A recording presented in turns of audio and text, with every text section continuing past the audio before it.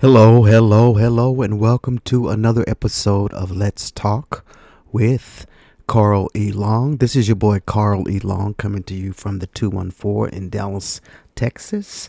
And this is episode 37. 37, yes, episode 37. And I've been having a ball. But the most important part of doing this podcast is the importance of the information that I am putting out there. I got a few stats from one of my podcast homes, and it's starting to pick up some steam. And I really appreciate those of you that are listening or finding me, because I tell you, I remember when podcasts first came out, they were not even really, nobody even cared about them that much. And then all of a sudden, they blew up. So everybody and their mama has a podcast, but there's something out there for everybody. And I hope one of those everybody's is me. Yes, your boy Carl E. Long. Let's talk. We talk about politics, guys. We're going to talk about pop culture. We talk about movies and what's going on in the world. But whatever we talk about, we want to make a difference. That's the whole point of my podcast. So I want to get right into what America is talking about. What is America talking about this week? So this episode today is dedicated to my boy Joe Biden. Joe Biden. Our episode is Joe Biden's legacy. Does he deserve this? And y'all all know what I'm talking about. You all know what I'm talking about. For those of you that are listening and not watching, the graphic that I put up shows a photo of Joe, the book that's been written by Jake Tapper, and I can't think of the other guy's name, Alex Thompson from Axios, on all the supposed cover-up of Joe Biden. Now, all of this comes in the midst of him announcing that he has been diagnosed with a very, very aggressive form of prostate cancer. Yes, my heart dropped when I heard that, because man, Joe just doesn't deserve all the stuff that's been happening to him in his life. He's had some traumatic events in his life.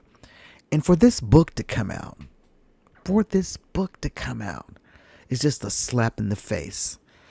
And the photo that I used on this graphic, for those of you that are watching, is a picture of Jake Tapper and Alex Thompson. And this is a picture that they're using for their official publicity tour. They've hired a highfalutin publicist to publicize the tour of this book, so they can call it and they can mask it as anything that they want to mask it as, but this is book selling, guys. This is book selling at the expense of Joe Biden, and that's what I believe. Yes, we know there were a lot of things that went on. Democrats didn't do too well, and the whole deal after the debate, after the tragic debate performance of Joe Biden, everybody started scrambling.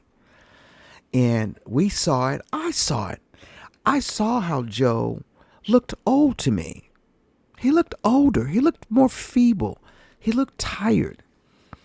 And from everything that I read, he really wasn't up to doing that debate that night. So, and I just kind of expected something was going to be horrible that night. I had a bad feeling. But you know what? That's what comes with age. That's what comes with age. I have lived through the life of dementia and losing your mental acuity, because I lived it through my mom. I watched her go from one point. I used to tell my brothers and sisters, I said, Mother, something is going on, because even when she was in her right mind, she would ask me every time I'd come to visit, would you like some coffee, Carl? She would ask me that. And I know by the time I end up leaving the visit, probably there about a couple of hours, 3 hours, she may have asked me that about 30, 40 times. But she wasn't there yet. She wasn't quite in the cognitive state that dementia and Alzheimer's does. So everybody else said, oh, she just does that. I was like, yeah, but it's so many times. And nobody listened to me. Nobody really listened to me about it. But I knew something was coming. And Joe he may be showing a little bit of senility, but I don't see signs of dementia or him not knowing what he's doing. I just didn't see that. and all the stuff that he did, guys, how could you really think that this man isn't cognitive? You think that they think that other people were doing all the work. Jill Biden was covering it up. I mean, she stood on The View and said she is not doing that. His grandkids stood there and said they're not doing that. Joe is in great condition. All these people stood before them. They knew that he was getting slow and a little bit more feeble. He was falling down, but the mind, nobody really thought that it was that bad. And so this book is supposedly gotten eyewitness accounts, and there's one close relative who is unidentified that's supplying all of the fuel, if you will, for this book. I would say the meat of this book. I haven't read it yet. I'm mad that I even put the book up here because I'm really upset with Jake Tapper for doing this. I really am.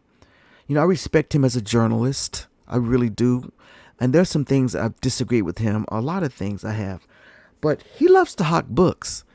I mean, he hawks his book all the time. All the books that he's done, he's hawked them really much on the show. And he's even had a segment when his daughter wrote a book that he managed to get her an interview. So Jake Tapper likes the spotlight. He obviously likes the fame of being a writer. It's probably one of his passions. And he probably wants to make some money. Now, do I think some of the stuff in the book is factual? Of course. I'm sure he talked to someone and they got fused. But that doesn't make it right, Jake Tapper. It doesn't make it right. Joe Biden does not deserve this. He just does not deserve this. For as much that he's given to this country, this cannot be his legacy that you are leaving with this book. And I am very, very disappointed in Jake Tapper. My best friend, who is a flight attendant, used to tell me that he used to fly charter flights for a lot of the reporters when they would travel abroad. And he said that Jake was a very nice guy and he liked him a lot. I said, well, to me, I remember him from ABC, and I remember how he treated Barack Obama. He was really tough on Barack. But he's suspect sometimes, and his journalism is suspect. He kind of comes in and out, but most of the time he's just doing a job. He doesn't come across as someone who's passionately trying to get to the truth to me. He's more of a wannabe star. He's got a lot of those tendencies. So that's where I am on Jake Tapper. But I don't want you to listen to me. I want you to listen to the parade of people who I have found out here on TikTok and other platforms who are rallying behind Joe Biden. So let's just talk about this. Joe Biden's legacy. Does he deserve this, what he's giving, what they are giving? Does he deserve this?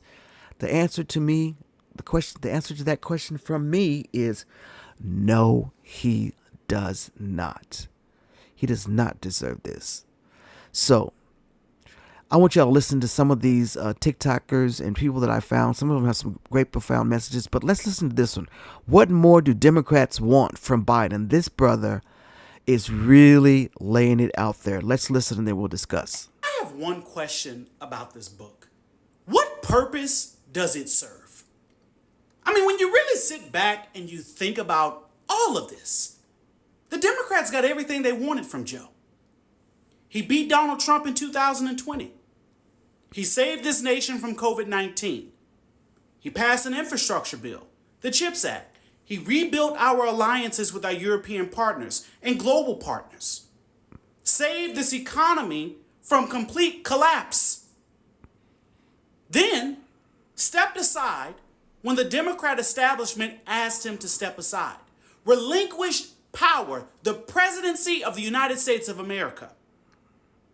The Democrats got everything they wanted from Joe. And that's still not enough. And then to top it all off, the guy gets diagnosed with prostate cancer. And we're releasing books while Donald Trump is doing things that are unconstitutional, dismantling our federal government, rolling back the alliance building that Joe Biden built. Every single thing that Joe Biden spent, not just the last 4 years, but his entire 50-year career building towards in a matter of a couple of months. The Democrats have gotten everything they wanted from this man, and it's still not enough. And then they wonder why they end up in a far worse position than what they started off with. This book serves no purpose. Yes, Joe Biden was an old man. And someday, if we're all blessed enough to live to that age, we'll be doing the exact same thing. Father Time catches up to us all. But does that mean we deserve to have books slandering us? Absolutely not. And neither does Joe Biden. All right, that was my boy, the Alphonse Angle from TikTok. And he hit the nail right on the head. What more do they want from Joe Biden? I mean, think about everything that he did. This man saved us from the first term of Donald Trump. He beat him. Donald Trump has only beat women. Y'all understand that? And how ironic is that? How ironic is that phrase?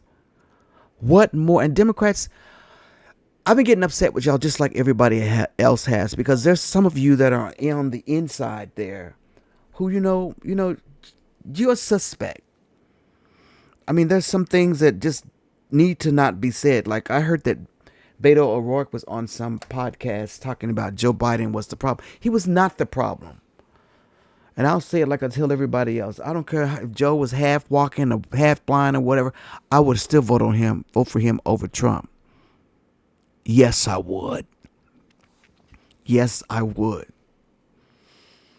So let's continue this cavalcade of Joe Biden support. Because this book, Jake Tapper, not good. Not good at all. Let's listen to this one. This is good. Biden, the Black President. Here we go.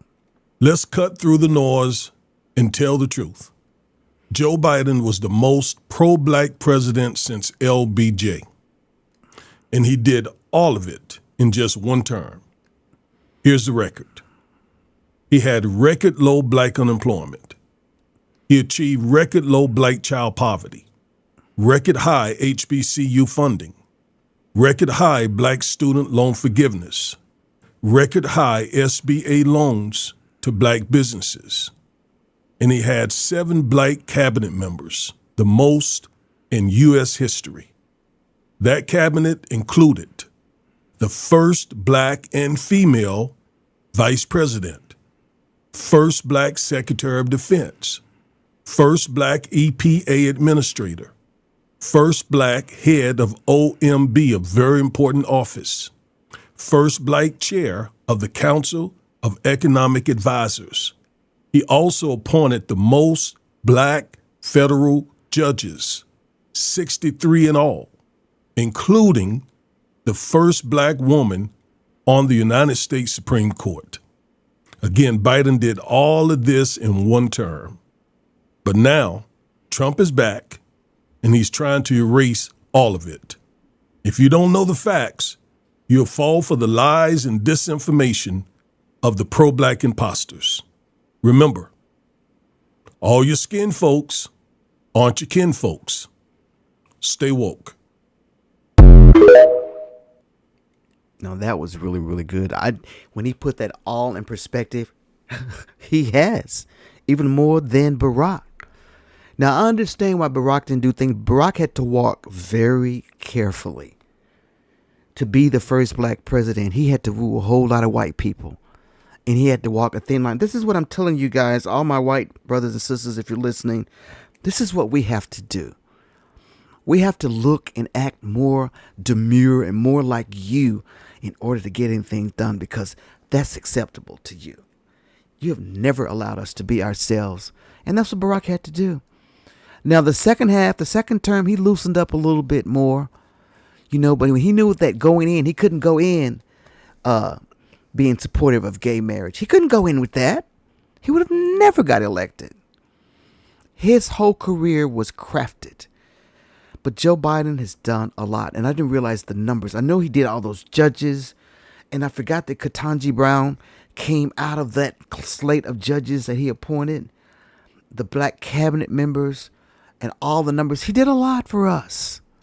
And that's why we as black Americans will stand behind anybody that stood by us, and Joe Biden is that person. And I'm not going to ever ditch him. Ever. Ever, ever, ever. I like him. I've always liked Joe Biden. Even when he used to have that little gaff mouth and would say straighten things out of, and Barack would just kind of cringe. That was just Joe. We thought he was a cool guy. He's a cool guy. And he's been around for a long time.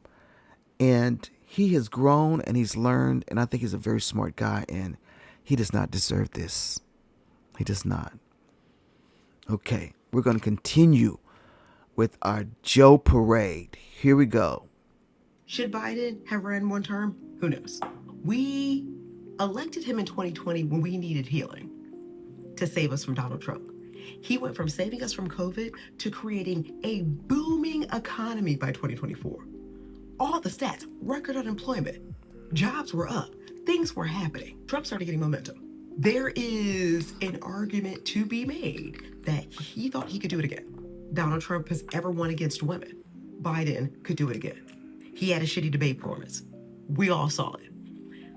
Months prior, he killed it at the State of the Union. And then 2 days after the debate performance, he was killing it with foreign policy at a summit. So saying that he was on a cognitive decline is ridiculous. Old, yes. He still surrounded himself with the most diverse, capable cabinet known to man. But even after that, he still dropped out. Y'all wanted a primary because deep down, y'all still didn't want that black lady to be president. And once the Democratic Party comes to terms with the fact that even with all of her qualifications, you still don't feel comfortable with a black woman in charge, then we can actually move on to heal the party. Because let's keep it a buck. Y'all wanted an open primary to elect someone white and a man, because you thought that's the only way Donald Trump could win. Y'all did not like the fact that Biden, on his way out, said, and I want my VP to replace me. Acting like she did not raise the most amount of money in the history of elections within 24 hours. Qualifications didn't matter. The reason the Unfuck America tour went so badly is because progressive leftist people that identify as extremely left are okay with racism as long as the greater good is accomplished. And that is why most movements, when they don't center black people in charge helping out, they tend to fail. And acting like racism is only on the Republican side is where people get themselves fucked up. Because even after Biden dropped out, Harris became the nominee, they had their debate. She obviously killed it. All of the policies, all of us talk about Project 2025, all of that, y'all still had it in your heart that you couldn't vote for her. That's a you thing. Because it's not about policy. Say what you want about Biden and Harris, we could sleep. Could quite literally complain about things that were going on in the government because we knew we weren't going to get locked up for it. We could have the conversations about Gaza and Palestine because we knew we weren't going to get deported for it. So all of the people saying we could have had a better candidate if we had more time, yada, yada, yada. You can't convince people that we're never going to vote for a black lady to vote for her, regardless of a year, 3 months, whatever. There is internalized racism and sexism in this party. And until we address it, it's never going to go away. Hillary Clinton, but her emails. Hillary Clinton told us that Donald Trump would be a terrible president. Half the country didn't believe her. And then we got COVID, and then we got Russia, and then we got Charlottesville, and then we got the Muslim ban, and we got all these things that would have never happened if Democrats could get out of their own way to just trust women one time. Just one time. And then 8 years later, we had the opportunity to do it again. And we still couldn't pull the trigger. And yes, we have a few pockets of hope. Obama, 8 years. Yeah, he's still a man. He's still a man and attractive. So black and white women can get behind that. So until y'all are ready to have that conversation, Biden being blamed for our current state could be a small part of the problem, but the larger problem is that Democrats in and out of politics right now are still trying to appeal to white men as if they're ever going to get them. And that is where you guys will always lose.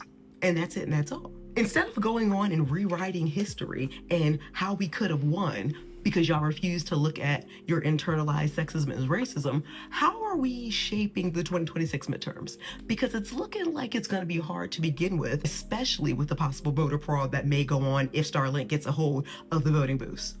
What are we doing about that? Let's focus on 2025 and not rehashing 6 months ago. And on that note, you guys have a good one. She speaks. Made a lot of great points. So the one thing that I wanted to make a point about is that how we just can't vote for a woman. That to me is something. And then I think they focus, and this is the one criticism that I had. I said it in one of my other episodes about the way the campaign was run by Kamala Harris and her team, was they were relying on women, and specifically a large demographic of white women. But patterns and history has told us that white women won't do the right things. We should have kicked them to the curb and went after another demographic group or another issue. We shouldn't have stayed there trying to get them to hone in on the female rights, because they didn't do anything. They overwhelmingly voted for Trump. Still, white women can't swim. So to me, they're saying white men are never in the picture to me, because they're going to be where they're going to be. You know, the majority of them is going to go that way. That's just the way it is. Always has been. I mean, we get a lot of white men that vote Democratic, but the majority of them vote Republican. Just the way it is. And this kind of gets me upset about how they're treating Biden right now. And then how we're having this rehash of what the Democrats did wrong. Like we're just in this horrible state and we're just not a good party. We're not Democrats. Don't beat yourself up like that. We had to go against a machine that has been working for 4 years to overthrow this government. And we weren't prepared. Bottom line, we weren't prepared because we thought we would never let him back in there again. And it happened. We let our guards down. And it happened. And then you wouldn't do the right thing, America, and vote Kamala Harris in. She should be the president right now. Oh my God, how good it would be right now. She should be the president right now. So that's that on that. So Biden is not the problem. That was the name of that one. So let's look at this guy, the next one here. These are good. These are really good.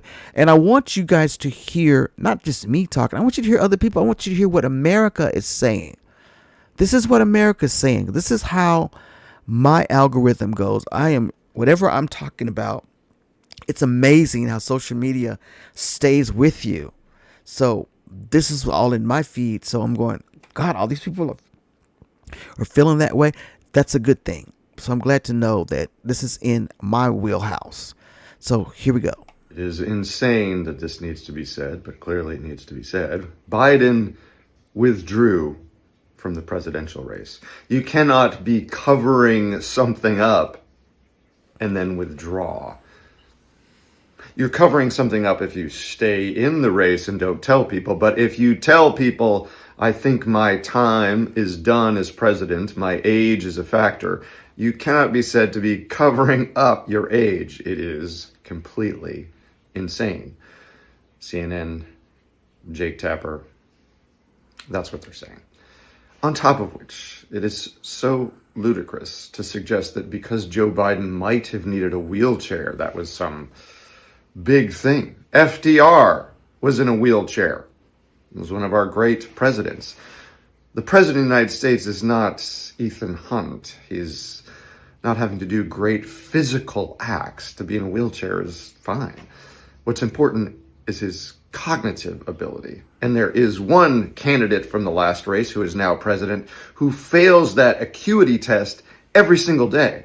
But CNN, the LA Times, now CBS News, whose president just stepped down under pressure from the company to stay in line, are all suggesting this big deal about Biden, the person who not only isn't president, but didn't even lose the election, simply was not part of the election because of his age. They are now saying, oh, there was some big secret, all to distract from the fact that today Donald Trump will appease Vladimir Putin, reduce sanctions on Russia for nothing in return, that Donald Trump is trying to pass a bill that will increase the debt limit by $4 trillion while cutting air traffic controllers, Medicaid, weather services. While we lose everything the government gives to us, our debt is going to increase, all to pay for billionaires' tax cuts. The billionaires who own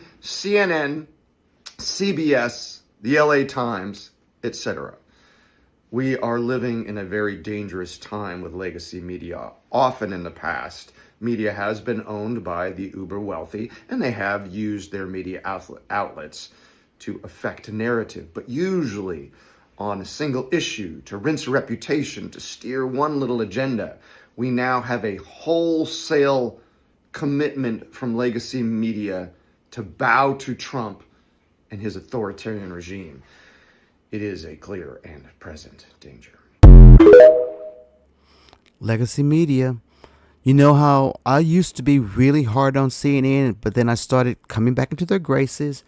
But when I saw how all of Jake Tapper and his colleagues at CNN all rallying around him, my colleague, when some of them, some of you really don't feel that this was right what Jake did. And I could tell by your body language, but here y'all are on the same bandwagon, trying to stand with your buddy. This is not right. The book is written now, so the damage is done. The damage is done, Jake Tapper. The damage is done. Shame on you. Shame on you. So here is another thought on that. It's like, think about this. If someone is hiding their cognitive abilities and not knowing that they're deteriorating or whatever, would they want to still? Joe Biden was so adamant he wanted to beat Trump. That doesn't sound like somebody who's like just about ready to lose it. That doesn't sound like anybody not know what they're doing. It sounds like someone who wanted to run badly. He didn't quit because of his abilities. He quit because Trump and his entire regime had painted him to be such an old man that his numbers were failing. His numbers were failing in all of the polling, and he wasn't going to win. That should have been the message. Because that's what happened. They painted Joe to be this old man who didn't know what he was doing, and it wasn't true. So now the whole world is saying that everybody was hiding about Joe. We all saw he was getting older. Nothing was being hidden. We saw he was getting older. He doesn't have dementia, guys. He did some great work. More than most presidents have done in 8 years. Joe has done that. And I wish somebody would get out their high horse and understand this book is not fair. You've written it already. So we're going to let you go ahead and have it. We're going to let you go ahead and have the book because you've written it. Get your little change or whatever. But this should not be the focus. So I want everybody to change the narrative. Legacy media. Give Jake his 1 minute of fame and let's move on. Let's move on. I certainly am after I finish this podcast on letting Jake know this is not okay. So here's another person. Listen to this one. Hey, Jake Tapper, how does it feel knowing that Joe Biden, the man you have been relentlessly attacking, disparaging, and defaming for the entirety of 2025 in order to sell advance copies of your book, was just diagnosed with cancer? That's right. Joe Biden's family just unfortunately confirmed that the former president has been diagnosed with an aggressive form of prostate cancer. And in light of this tragic news, I just wanted to say, number one, my thoughts and prayers are with you, Joe Biden, and your family. You can overcome this and you can defeat this. And number two, shame on Jake Tapper, CNN, the mainstream media, the political pundits, the DC consultants, and the Democratic officials who have spent the majority of Donald Trump's presidency, the one in which Donald Trump has violated Supreme Court orders, violated federal laws, deported people without due process, accepted luxury jumbo jets from foreign monarchies as bribes, not covering that, but instead piling on Joe Biden for his age, for his cognitive health, even though all Joe Biden did when he was in office was serve the American people, pass bills, and help try to resuscitate the country after Donald Trump nearly destroyed it. I mean, Joe Biden, these people did not deserve you. Get well soon, my brother. Yes, get well soon. Get well soon. He's a strong guy, though. He's a very strong guy. So, yeah. So, Jake, this is what I'm saying about Jake Tapper. And let me tell you, there was one instance, and I used to watch his show every day. Jake was on the show, and then he had a political pundit. She used to be in the Obama cabinet. I can't remember her name. But they were talking about another issue. And so this came up about this book coming out and how the Democrats were hiding. And Jake kind of steered the conversation. He kept marinating that conversation to stay on that. And then she turned around and she goes, Jake Tapper, you're my friend, you're my colleague, but we're spending so much time on this, is basically what she's saying. And when here we have the president who has just almost defied court orders and all this stuff like that, I just think that there are better things to be talked about. And so Jake got kind of fumbled about it, and he goes, but do you really think that? And, he quit talking to her and went straight to the other colleague who was ready to engage with him. So it's been quite transparent. No, it hasn't been transparent. It's been quite obvious, Jake Tapper, that you've been hawking this book for a long time. Even when you're talking to people, whenever they got on the subject about Biden's cognitive issues, you would stay on that conversation and engage. And I wish and I'm going to take some time, and I'm going to see if I can make some clips and just show you just how many times I noticed that. And it was subconsciously noticed that I noticed it, but now that I see what's happening now, I should have put two and two together and understood this is what he's doing for the buildup. But he's always been a book hawker. He's always hawking his books on CNN. So, yeah, Jake is more of a star type than he is a hardcore journalist. You notice he never goes into the field, anything like that. He likes to stay in the office and get the glory that he's like the main anchor. I think you share it with Dan the Bash, though, but still, that's who Jake Tapper is. All right, let's keep on with this cavalcade of greatness on my president, Joe Biden. Here we go. You see, this is why people don't want to listen to the legacy media anymore. Y'all focus on a book that Jake Tapper wrote about Joe Biden, talking about Joe Biden being old. Let me tell you something. Joe Biden could be 100 years old right now, and I'd rather have him as president of the United States. I would vote for him if he was 100 years old than compared to what's going on right now. That's right. I would vote for Joe Biden right now if he was 100 years old compared to what's going on right now. Y'all worrying about a book with all of the stuff that is going on right now. And people's rights and liberties are being taken away as we know it. And y'all sitting there worrying about a book that Jake Tapper wrote so that he can make a little bit extra money on the side. That's what it's all about, money. I would rather have Joe Biden right now in office than to be dealing with what we're dealing with right now. Unbelievable. I like that, brother. Joe Biden. Yes. Telling the truth. He's telling the truth. All this attention on the book. And you know what? We thought that Jake and his team would pull back after the diagnosis of Joe. And then now, of course, there's reporting that they think that was all orchestrated just because of they knew the book was coming out. Joe is not the president. He has nothing to lose. This is his life, his health journey. He doesn't have to tell us flip right now. But him being who he is, he's always told the American people about his son, how Hunter was fighting with drugs. He's always been very transparent about his life. And I don't have any reason to believe, unless he doesn't know it himself, that he's losing his cognitive abilities. And yes, we notice there's a little slip, but that's just age. The man, I trusted my elders, and I still trust them. Man, Joe does not deserve this. Okay, here's my girl Simone Sanders on the whole Joe Biden thing. She gets kind of upset, and I don't blame her. Did the book say that Joe Biden has dementia? No, not to my knowledge. Did the book say that a doctor has diagnosed the former president with Parkinson's? No, I think the book just says Joe Biden was old. It did, but it also said that his aides limited his, how much time he would work during the day, and that it brought up, some concerns potentially for national security that he wouldn't have been available at 2 a.m. I think it's crazy because Donald Trump is the president and he left his Middle Eastern trip and he's tweeting or posting on his social media site about Taylor Swift. It is laughable, frankly, to me, the idea that this is a concern. It's not a concern for Democratic voters, I can tell you, because I've talked to them. I'm talking to DNC members and Democratic voters for the last couple of days, actually.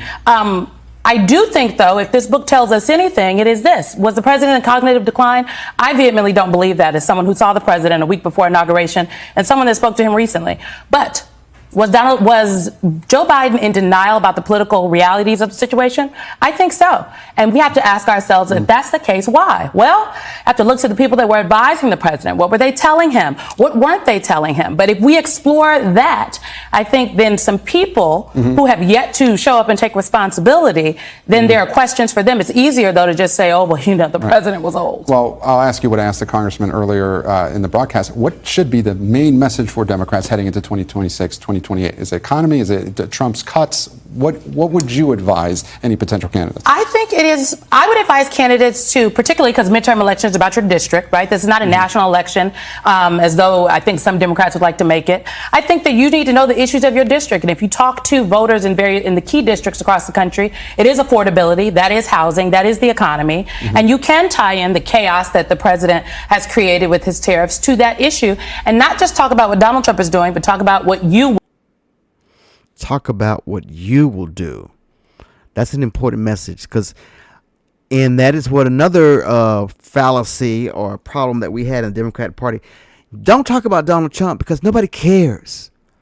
Nobody cares what he does. If you can convince people of other things, leave Donald Trump alone. We need to not give him press for anything.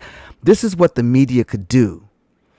They could do something really good. It's like, don't even give any press to Donald Trump a whole day and let him just go crazy. Talk about everybody else except him.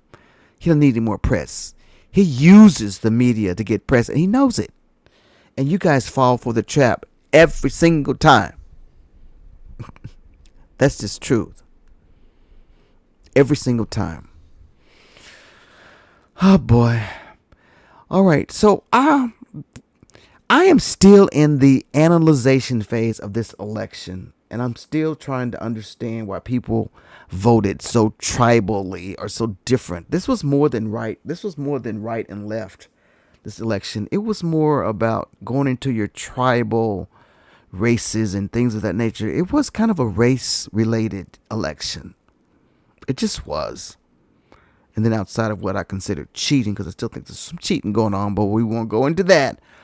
So here's one that people are starting to talk, especially some of my white voters. And listen to this exchange. I'm not sure what this guy is from. I think he's from, I'm not sure where they're from. I think they were having a little town hall of sorts. And listen to what he's saying. And that's why I want this to come from your own people, not from me. You hear it for yourself. This is a Caucasian man speaking to a room of Caucasians on this issue. Listen up. I think when people told you that they were voting for him because of the economy, they were lying. I think people voted for him because this country, too many people in this country, couldn't even think about voting for a black female. But they don't want to say. They're not going to say. I'm not voting for her because she's a woman or she's black. God forbid she's both. Oh, and by the way, she's married to a Jewish guy. They're not going to say that. They're going to say, I'm voting for him because of the economy. They're liars. Hold on. Completely agree with a lot of what you say. But when we say they're liars, we don't mean all of them. Put your best spin on. Why would some? He's a good businessman. They think he was going to make us money. A good businessman, do good for the economy, make money. Okay, smart guy. Why did good people vote for Trump? So there was a little focus group. And it was all white in the room, and that was a white guy that said that. And all of his white friends, whomever was in that little focus group, they were all nodding their heads, going, "Yeah, yeah." They know. So this is the thing. When we are among our tribal groups, we tend to speak out to each other, and we know that's the reason. There was a whole lot of men who would never vote for a woman. There was a whole lot of Anglo men and women who didn't want to have a black woman. It's just true, because they didn't vote for her. They overwhelmingly voted for Trump. So that's not a false statement. That's truth. The demographics have been broken down. We know how you voted. So that's truth. Didn't want her. And you can say it was because she didn't do this. She wasn't talking about the economy. What the hell do you think she was talking about everywhere she went? She was talking about the things that people wanted to hear about, what we needed in this country. So people say that just irks me. I said, she did have policy. She talked about the economy. She had a plan. Even Forbes magazine said her plan would help strengthen the economy. So why people keep saying that about Kamala? That just burns me. You know, this is how misinformation gets lost in translation. Because there's such lies out there, and then people just help fester these lies, and then after all that, they become truth. Because nobody's challenging them. Jake Tapper and the staff of CNN. Well, okay, so here's something that we just found out just recently. The Supreme Court, let me read this to you here. All right, Supreme Court has allowed Trump to cancel protective status for Venezuelans. The Supreme Court has on Monday allowed Donald Trump temporary protections that allowed 350,000 Venezuelans to remain in the United States for humanitarian reasons. So he can go on, still deport these people, is what's happening here. The Biden administration created the protected status for the Venezuelans in 2021 and 2023, fighting their economic and political turmoil under the regime of President Nicolas Maduro made it too risky to deport immigrants back to their country. Officials approved a third extension of the TPS in waning days of Joe Biden's presidency. But the Trump administration said the program was not in the national interest, and a lower court judge had it barred. Homeland Security Secretary can designate immigrant groups protective status if natural disasters. So basically, they're just undoing everything that Joe did. He was trying to protect these little Venezuelan people that came here. And he went to the Supreme Court, and they have allowed him to do it. So they basically lifted what Joe allowed them to do. He was just trying to save people. Venezuela was going through some craziness. Guys, people come to this country. They don't come here to just kind of take advantage of us. They come here because America's great. So without the Biden extension, these people would not be able to be here. So they basically just rolled that back because it was into law, and Supreme Court allowed them to do that. So that's back. Yippers. So yeah, Trump is just undoing everything, and you wonder why Latinos voted for Trump. I don't get it. I still don't get it. All right, so over here on CNN, my boy Victor, he's having an exchange about the South African immigrants. Y'all know about the South African immigrants that Donald Trump brought over here because they were supposedly in genocide conditions, when it really was all about, in South Africa, it's like what? 80% of the wealth is owned by white people who make up probably about 10% or 20%. I don't know the exact numbers, but it's largely smaller. So the law is allowing them to get some of their land back. And so some of these farmers are refusing to give the land back. And there's been some little skirmishes breaking out, but nothing has been of a genocide nature. So these people are fleeing persecution. From what? From who? Nobody's killing them. And Donald Trump sent a plane for them on your tax dollar. And y'all know this is just an Elon Musk thing. Help get these people out. They're having But it's just a dog whistle, and it is a slap in the face of all the immigrants that we have here. And these guys just jump the line because they're from South Africa and they're white. I said it straight. That's the truth. Let's listen to Victor. Clearly, you're not going to acknowledge there's no genocide in South Africa. What about the genocide in the Congo? Will there be this expedited path available to the Congolese and to the Sudanese who are facing actual genocide? Again, Victor, 8,666 individuals have been granted You asylum. have a specific number on asylum. How many of those are from the Congo or from the Sudan? I'm happy to come back next week and lay out all the single facts, but the fact that you have not addressed the fact that we have helped these individuals who are facing persecution, and you seem to want to whitewash the fact that South Afrikaners are facing persecution, and I can't understand why, and I think a lot of Americans can't understand why, and it's left to believe that it's because of the color of their skin, Victor. So you suggest that I am the one here who is focused on color of skin when the president has let in Afrikaners specifically, and I'm asking how many of those who are actually facing genocide, who are from the Sudan and who are from Congo, who are being let in under some expedited path that the president has created for Afrikaners? I don't know how many times I have to repeat this fact. 8,666 individuals have, if you will let me speak, have faced persecution. You've repeated the number. You haven't answered the question. I'm exactly answering the question. Regardless of color or creed, we will allow you into this country if you are facing persecution and you go through the proper vetting. You can be from the Congo, you can be from Rwanda. We are letting those in who are facing persecution, Victor. I'll look for those numbers. That was funny. And tell me this, why do all of the Trump administration women all sound and look like that? I've said that before. They're always blonde. They always have these quirky voices, and they're just over the top. All of them. It's kind of the way Fox News is, all those blondes. What is it? That's just weird to me. They all kind of look the same.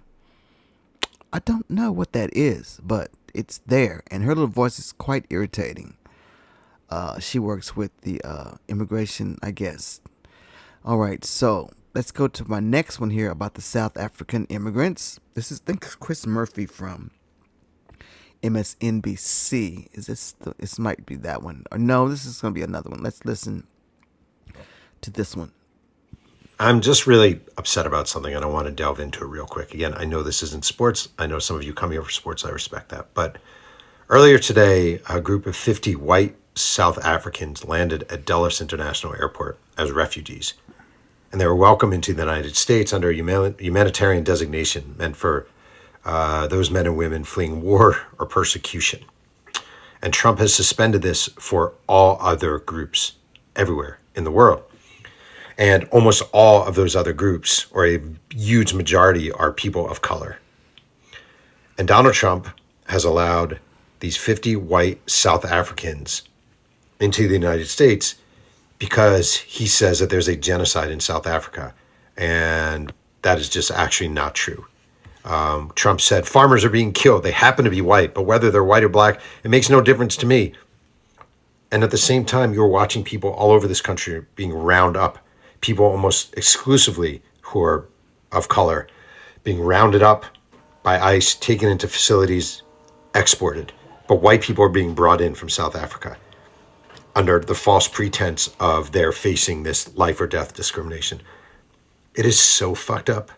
Like, it is so fucked up. If you don't think these people are racist, please understand this. No brown people are allowed in this country. We are not taking any refugees who happen to be brown. But these 50 white people from South Africa can come in. These 50 white people with their families and their history of apartheid can come in. We need to help the white people of South Africa, and we are allowing them into America. Think how fucking deranged that is. I'm being serious. Even if you're a Republican, even if you're pro low taxes, think how fucking deranged that is, that there are people in the Trump administration believe that the optics and the politics of this, what we need to do are save the white South Africans. And if you're like, this is great, this is so awesome, blah, blah, blah, like, something is wrong with you. Like, something is actually wrong with you. This is the most racist, sinister shit I've seen done in the open by a politician in years. There's been racist, sinister shit done by both parties through the years. This is just, look, we're racist. Look, we're going to let the white people in, but no brown people in. But the white people, come on in. We want to save you. That's what this is. And if you're not paying attention, just Google it. Google South Africa and Trump. Google South Africa and white and America right now. I'm not exaggerating what's going on. It is fucked up and absolutely crazy and disgusting and disturbing, but on brand with this monster and his minions. Okay, that was a Caucasian man. I just want y'all to know that's not me. That was him. So we have people that feel a certain way. So, if they're going to say, this is what America mandated. No, America didn't mandate this. No.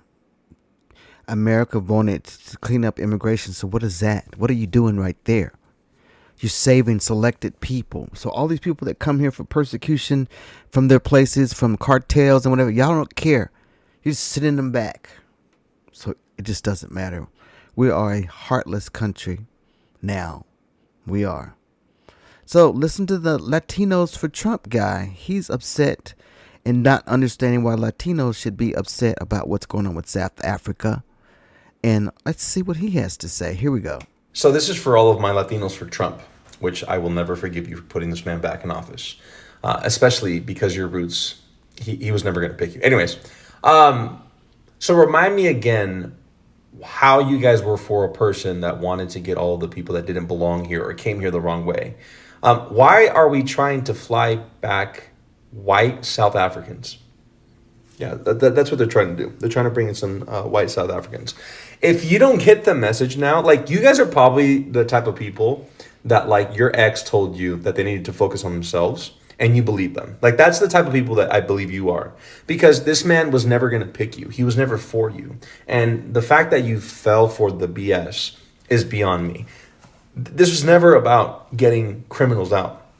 This was about getting people like them back in and back in control. So, like, that whole rhetoric, it was a lie. I don't know if you've noticed, because you guys have been very quiet. I haven't seen a single Latino for Trump come out and, like, defend their stance, because you have no stance. They want us out. We are the target, okay? And you were complicit in getting this man back into power. But it's fine.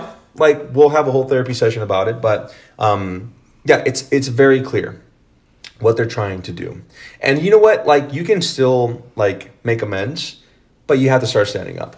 Like, you have to start speaking up. Just like you were so loud to defend this man, like, we need you now to step up and get united with us and back our community up and step up, because it's getting more radical out here. And they're only doing it step by step. They were never going to come out like in, like, Star Wars Death Troopers style. No, they were going to do it piece by piece, and it's getting worse. So we need all the help that we can get. And you guys need to make this right. Yeah, to make it right. So the hypocrisy of it all. Yep. Latin Americans, why aren't you enraged? It's kind of a strange dynamic that goes on within the Latino community on things. It's like there's just this, they don't want to be associated with anybody illegal, so therefore they go the total opposite on any kind of issues, just because they don't want to be associated with illegal aliens. But you know what? Black people, we're not even illegal aliens, and we are standing up for them more than your own people are. Some of your own people are standing up for your own, which is weird. That's when I say it's a strange dynamic in the Latino community about class and color and all kinds of other things, which is kind of messed up. It's just messed up. Okay, so moving on to the next story. Trump charges Congresswoman for assault.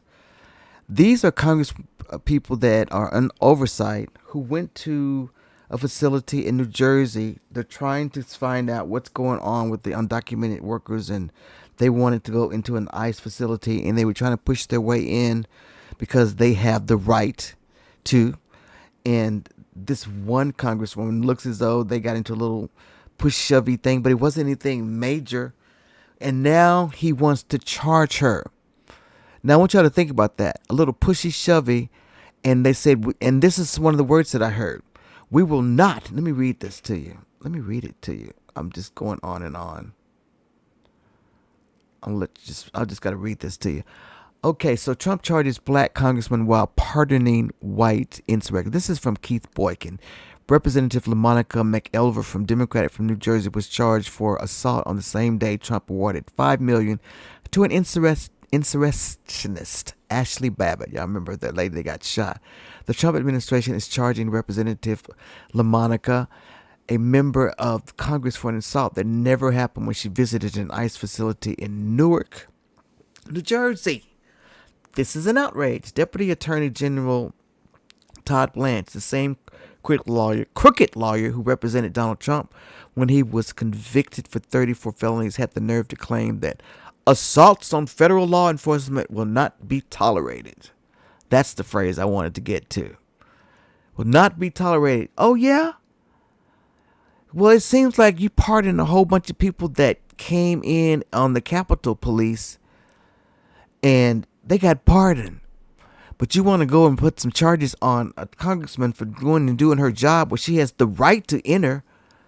And you want to put, this is crazy, Donald Trump. This is crazy. Very crazy and stupid. And you don't really care, do you?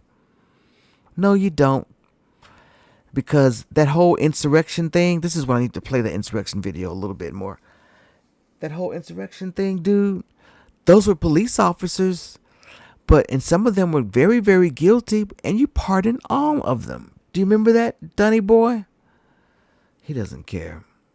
He really doesn't care, but that is a travesty, guys. Y'all got to know what's going on. You got to know what's going on. Jeez. All right, let's move on to this bill that the Trump administration is trying to get so they can pay they can fix this bill so they can remove the taxes on the rich. That's the whole goal. So in order to do that, he has to do some things. So let's listen to Pete Buttigieg.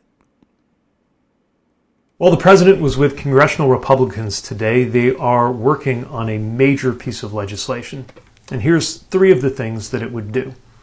1, add trillions of dollars to the national debt. 2, cut taxes for the wealthy. And 3, kick millions of Americans off of Medicaid. So this is a good time to reach out to your member of Congress and ask them if they're going to keep the promises that they made earlier this year not to cut Medicaid. This bill is bad policy no matter which part of the political spectrum you come from. Most conservatives I know hate the idea of adding trillions of dollars to the national debt. Most liberals I know are especially troubled by the idea of more tax cuts for the wealthy. And most Americans I know understand that kicking millions of people in this country off their health care is just wrong. Our country can do so much better. And it starts by demanding that this Congress put together a budget that actually reflects the values of the American people. Yep, that's the bill. But guys, when they said Medicare cuts, I had to dive deep into and see exactly what does that mean. Because that's how these bills are sometimes fashioned, so that it's buried in there. You don't know exactly what that means. But I was able to find some information here on what exactly that means. So, the proposed Medicare cuts in the Trump administration. Low-income families, Medicare provides essential health care coverage for millions of low-income Americans. The proposed work requirements for able-bodied adults under 65 could result in millions losing coverage if they fail to meet the criteria, whatever that is. Seniors and individuals with disabilities, Medicaid helps cover nursing homes and things of that nature. This is what's so bad about this, guys, because it covers Medicaid. And if you are a caregiver, that Medicaid care part that you have that helps with the caregiving, so you can put them in nursing homes and Medicare kicks in. This is what's going to be hard. While Medicare itself is not seeing direct benefit reductions, Medicaid, the health insurance program for low-income people, is.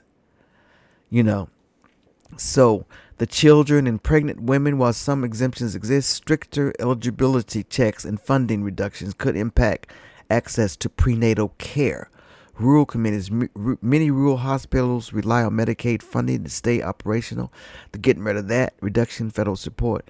Undocumented immigrants. The bill proposes barring Medicaid funding for undocumented individuals, which could lead to fewer Medicare options for immigrant communities.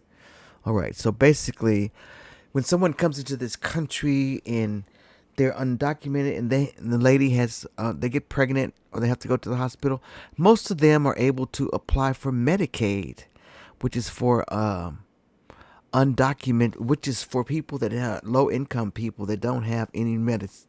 So what are we supposed to do, Donald Trump? Just let them just die? You know, we even help our people. We give the basic people who have no insurance Medicaid, at least if they have no means, if they can qualify for it. So I'm really afraid about these Medicare and Medicaid cuts, because this is going to really get into the guts of a lot of people that you will know. 8 million people, they're saying that's a lot of people. And from what I'm hearing, it's going to drastically affect a lot of red states where a lot of these poverty levels are. Red states. Did you hear that, Donald Trump? Red states are going to be affected. But he doesn't care, guys, because all he cares about is himself.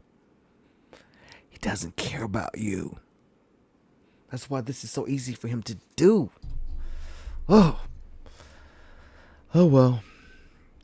Well, let's see. Let's talk about this plane. The good old plane. This is the plane that Trump was gifted. And Trump is such a patsy. They use him. All they got to do is stroke his ego, and he's in. Listen to this about the plane. This is new information. Here we go.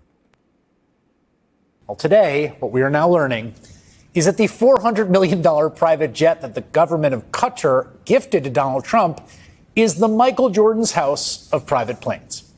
It was initially designed back in 2012 for the former Qatari prime minister, but it sounds like the expensive jet was just more trouble than it's worth. According to a new report in Forbes, quote, while many have speculated the Qataris have offered Trump the luxurious plane to curry favor with the famously transactional president, there may be a simpler rationale. They just don't want it anymore. The Royals have failed to sell the plane, which was put on the market in 2020. Giving it away could save Qatar's rulers a big chunk of change on maintenance and storage costs. Making Trump happy would be an added bonus. See, it turns out no one wanted to buy Qatar's hand-me-downs, with Forbes noting the massive, highly customized planes with idiosyncratic interior decorating are not easy to sell. One aerodynamics expert telling the outlet, quote, the market is incredibly illiquid for a jet like this. In fact, the planes are so difficult to get rid of that one aviation blog actually called it way back in 2020, all right, when the Qataris first put this jet up for sale. Quote, I can't imagine Qatar will find a buyer for this plane, so one has to wonder who this 747-8 will be gifted to. Well, looks like Qatar finally found a sucker to pawn it off to. Boo, y'all. Donald Trump. Stroke him. He's got this plane, and he says it's a gift, and it's going to go into the Trump library. Whatever, Donald Trump. The Constitution says you can't accept a gift that big. If it was to, he says, it's not to me, it's the Department of Defense. Of course it is. It was to you, Donald Trump. How many times have I said his name in this particular podcast? I'm going to have to get by like Whoopi and just say, you know who. That's a good one. All right, so I'm going to end this podcast with my girl Jasmine Crockett, who is my official congresswoman. I am in her District 30 here in Dallas, and we are so proud of her. But she continues to be the shining star of the Democratic Party, and not because anything spectacular. It's because she knows her stuff, and she's good. And she's working for her district, which is me and the people around it. That's what she does. Very proud of her. So let's listen to my girl, Jasmine Crockett, Congresswoman from Texas.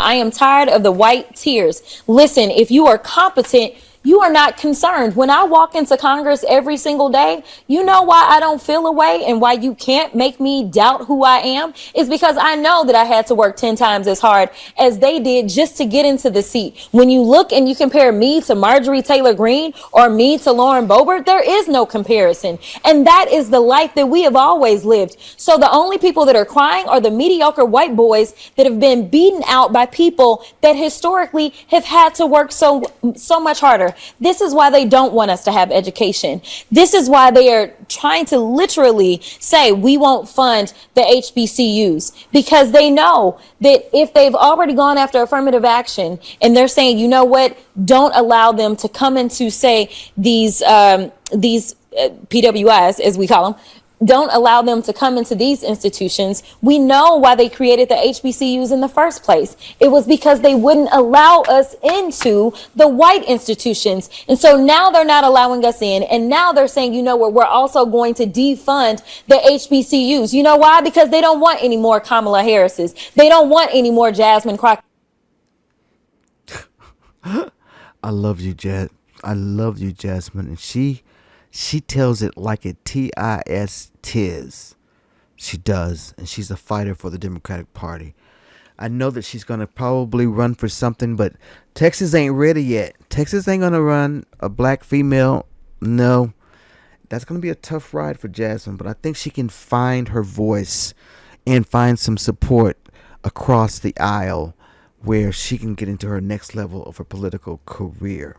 But she really likes practicing law, so I don't know if she'll let this passion go for a minute or if she will, let it go or after, if she decides to retire, something like that. Right. Okay. So that is it for today, episode 37, guys. And Joe Biden, sending all my love to you for healing, Lord God. Yes. And Joe, just get well. And we are praying for you, and we know you can beat this thing. 82 is just a number. It's just a number. So everyone have a wonderful day. And thank you so much for joining me for this episode of Let's Talk with Carl E. Long. Bye now.